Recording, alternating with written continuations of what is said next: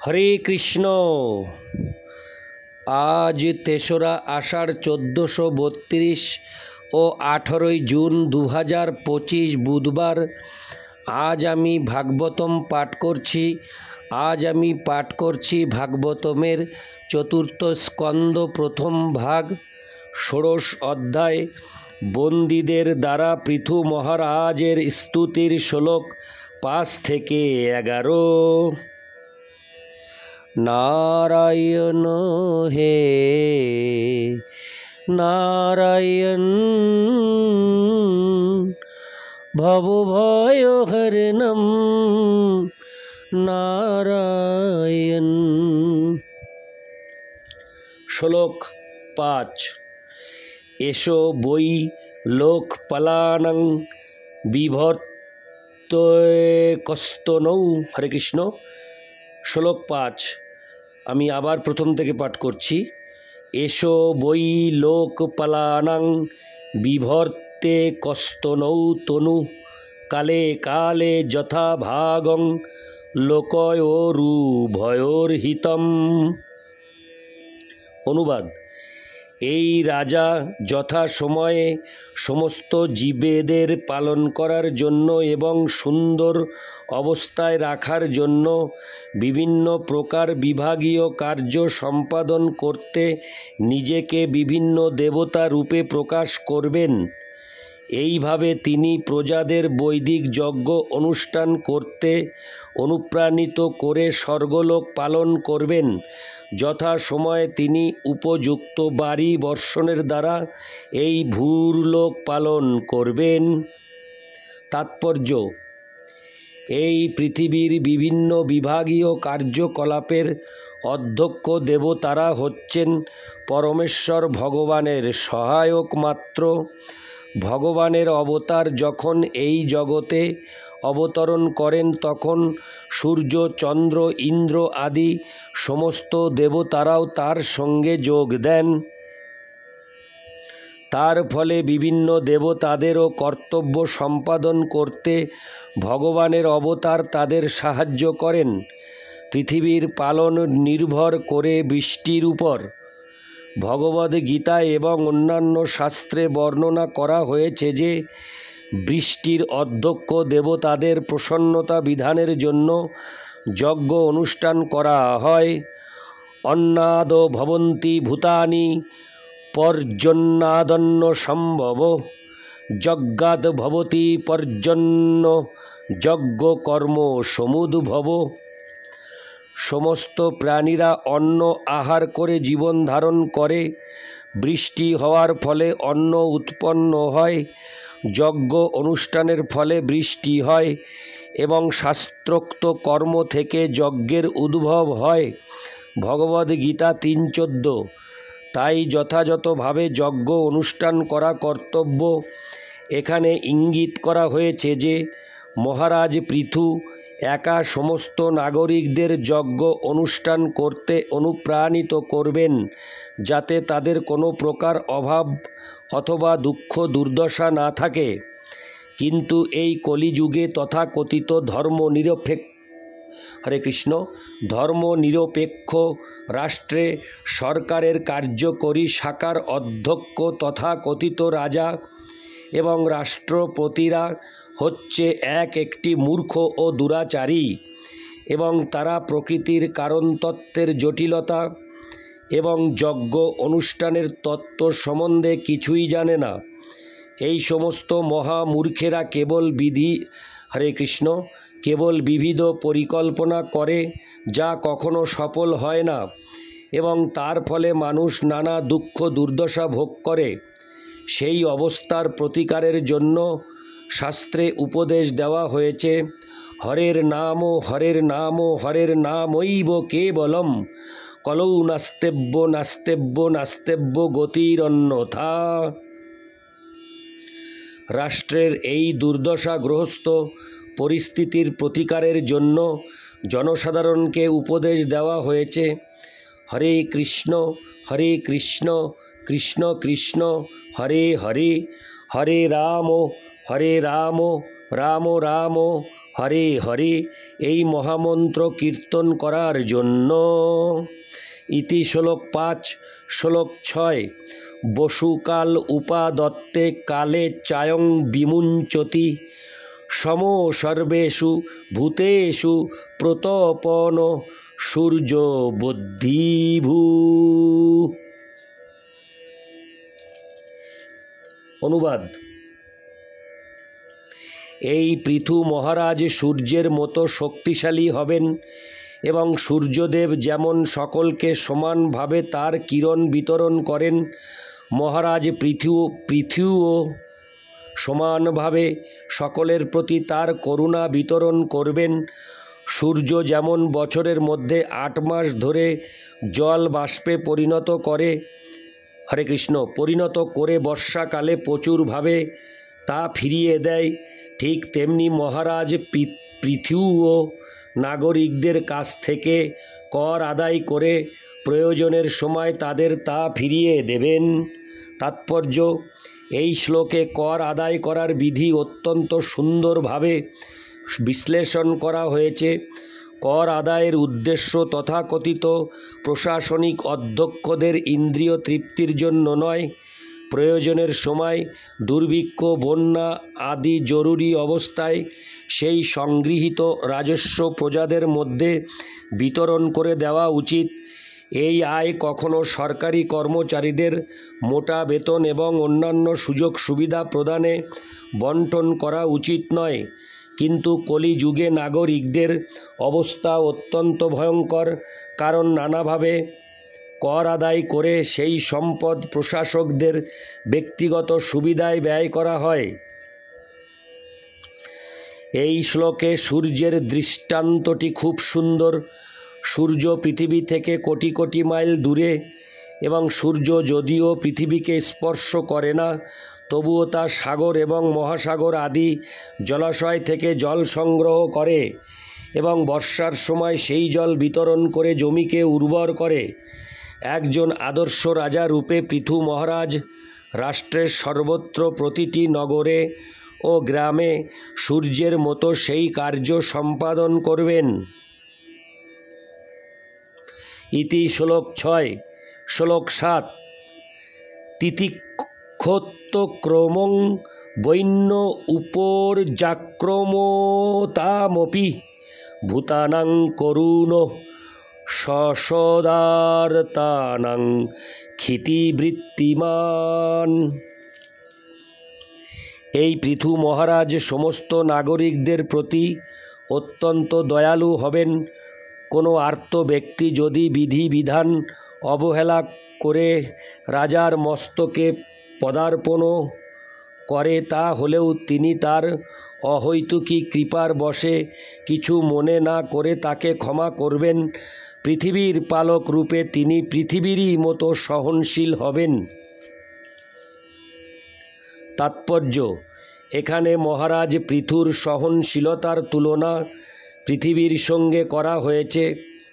মানুষ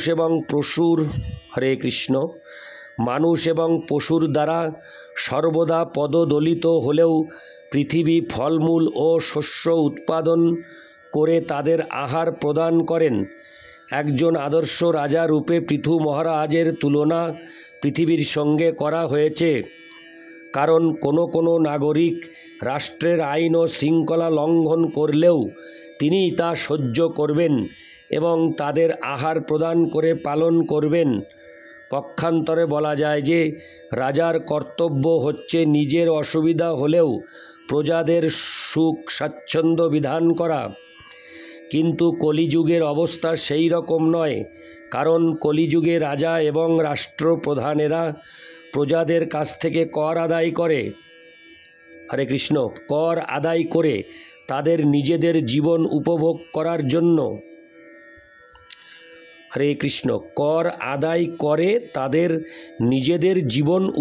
করার জন্য এই প্রকার অন্যায়ভাবে কর সংগ্রহের ফলে লোকেরা অসৎ হয়ে যায় এবং তারা নানাভাবে তাদের আয় লুকাবার চেষ্টা করে। অবশেষে রাষ্ট্র আর কর সংগ্রহ করতে পারবে না এবং তার ফলে তাদের বিশাল সামরিক এবং প্রশাসনিক ব্যয়ভার বহন করতে পারবে না। তখন সব কিছু ধসে পড়বে এবং সারা রাষ্ট্র জুড়ে এক প্রবল সংকট ও বিশৃঙ্খলা দেখা দেবে। ইতি শ্লোক 7 শ্লোক 8 দেবেহ বর্ষোত্তস্যৌ দেব নর দেবপো। হরে কৃষ্ণ। শ্লোক 8 আবার প্রথম থেকে পাঠ করছি। দেবেহ বর্ষোত্তস্যৌ দেব নর দেবপুরহরি কৃচ্ছ প্রাণা প্রজাহেশ রক্ষিষ্যত্যঞ্জসেন্দ্রবৎ। অনুবাদ: যখন বৃষ্টি হবে না, জলের অভাবে প্রজাদের ভীষণ কষ্ট হবে, তখন ভগবানের অংশ সম্ভূত এই রাজা নিজেই ইন্দ্রের মতো বাড়ি বর্ষণ করবেন। এভাবে তিনি অনায়াসে অনাবৃষ্টি থেকে প্রজাদের রক্ষা করবেন।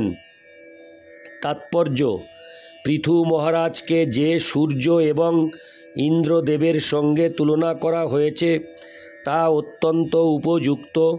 দেবরাজ ইন্দ্রের উপর পৃথিবী এবং অন্যান্য গ্রহলোকে জল বিতরণ করার দায়িত্ব রয়েছে। এখানে ইঙ্গিত করা হয়েছে যে ইন্দ্র যদি যথাযথভাবে তার কর্তব্য সম্পাদনে অক্ষম হন, তাহলে পৃথু মহারাজ স্বয়ং বাড়ি বর্ষণের ব্যবস্থা করবেন। পৃথিবীর মানুষেরা যদি দেবরাজ ইন্দ্রের প্রসন্নতা বিধানের জন্য যজ্ঞ অনুষ্ঠান না করে, তাহলে কখনো কখনো তিনি তাদের প্রতি ক্রুদ্ধ হন। কিন্তু ভগবানের অবতার পৃথু মহারাজ স্বর্গের রাজার করুণার প্রতি নির্ভর করেননি। এখানে ভবিষ্যদ্বাণী করা হয়েছে যে যদি বৃষ্টির অভাব হয়, তাহলে পৃথু মহারাজ তার ঐশ্বরিক শক্তির প্রভাবে সেই অভাব দূর করবেন। শ্রীকৃষ্ণ যখন বৃন্দাবনে লীলাবিলাস করছিলেন, তখন তিনিও এই প্রকার ক্ষমতা প্রদর্শন করেছিলেন। ইন্দ্র যখন 7 দিন ধরে বৃন্দাবনের উপর প্রবলভাবে বাড়ি বর্ষণ করেছিলেন, তখন শ্রীকৃষ্ণ তাদের মাথার উপর একটি ছাতার মতো গ্রীগোবর্ধন ধারণ করেছিলেন। তাই শ্রীকৃষ্ণের আর একটি নাম হচ্ছে গোবর্ধনধারী। ইতি শ্লোক 8 শ্লোক 9 আপ্যায়তস্যৌ লোকং বদনামৃতমূর্তিনা সানুরাগাবলোকেন বিশদ স্মিত চারুণা। অনুবাদ: এই পৃথু মহারাজ তার স্নেহসিক্ত দৃষ্টিপাতের দ্বারা এবং হাস্যোৎফুল্ল সুন্দর মুখচন্দ্রিমার দ্বারা সকলের আনন্দ বর্ধন করবেন। ইতি শ্লোক 9 শ্লোক 10 অব্যক্তবর্তৈষ নিগূঢ় কার্য গম্ভীর বেধা উপগুপ্ত বিত্ত অনন্ত মাহাত্ম গুণৈক ধামা পৃথু প্রচেতা ইব সংবৃতাত্তা।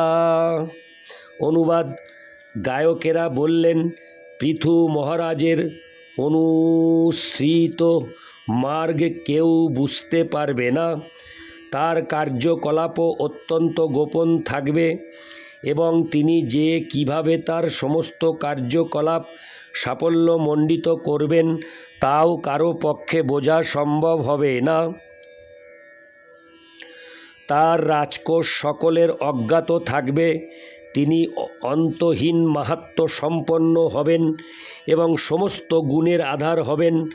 তার পদ স্থায়ী এবং প্রচ্ছন্ন থাকবে, ঠিক যেমন সমুদ্রের দেবতা বরুণ সর্বদা জলের দ্বারা আচ্ছাদিত থাকেন। তাৎপর্য: সমস্ত ভৌতিক উপাদানের একজন করে অধিষ্ঠাত্রী দেবতা রয়েছেন।